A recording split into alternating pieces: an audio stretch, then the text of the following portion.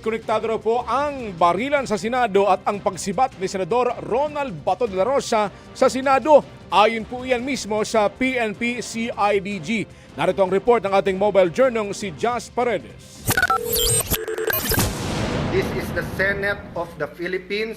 We are allegedly under attack. There was no attack sa Senate.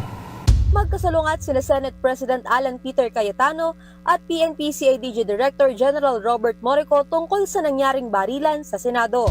Sa gitna ito ng mga lumulutang na aligasyon na konektado raw ang shooting sa pagtakas ni Senator Bato de la Rosa madaling araw noong May 14. Pero ngayon, malinaw na ang koneksyon para sa CIDG.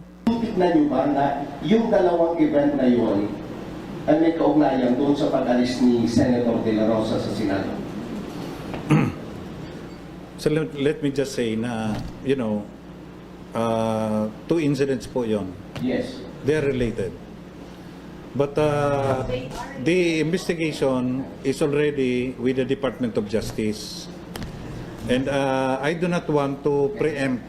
Samantala, lalo pang ginigit ni Morico ang malaking papel ni Senator Robin Padilla sa pagtakas ni Bato. By indispensable cooperation, it will not happen without him. Bukod kay Padilla, may 5 pang inirekomenda ng CIDG na sampahan ng reklamong obstruction of justice. Isa na rito ang babaeng security officer na kasama ni Padilla at Bato nang sumakay sila sa sasakyan paalis ng Senado. Dati raw itong tauhan ng armed forces. Habang ang isa pa ay ang may-ari ng pick-up na bumuntot at nagsilbi umanong backup vehicle sa pagsibat ni Bato. Anak daw yan ng tiyuhin ni Senator Padilla. Sa ngayon, may di bababa sa 4 na lokasyon sa bansa ang pinuntahan ng CIDG para isilbi ang ICC arrest warrant kay De La Rosa. Posible pa raw yang madagdagan base sa maiimbestigahan nilang posibleng koneksyon ng senador. Sabi naman ng misis na Bato sa isang online post, siguraduhin daw na naaayon sa batas ang mga operasyon ng CIDG. Kung hindi, ay mag-self-destruct na lang sila.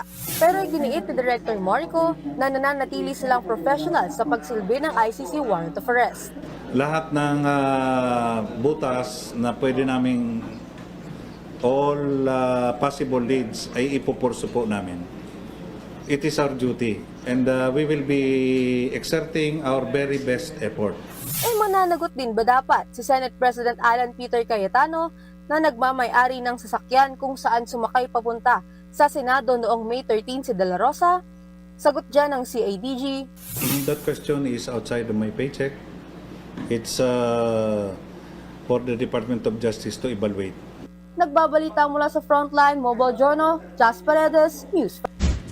Mga kapatid, patuloy po kayong tumutok sa 105.9 True FM para sa totoong balita, impormasyon, music, and entertainment. Mag-subscribe sa aming YouTube channel at podcasts. At sundan nyo rin po kami sa Facebook, Instagram, X, TikTok sa True Network PH. Bisitahin din po ang aming website, truefm.ph at panoorin kami sa True TV Signal Channel 19. Kami po ang 105.9 True FM. Laging true sa'yo, kapatid. Ito tayo sa totoo, tunay at tapat.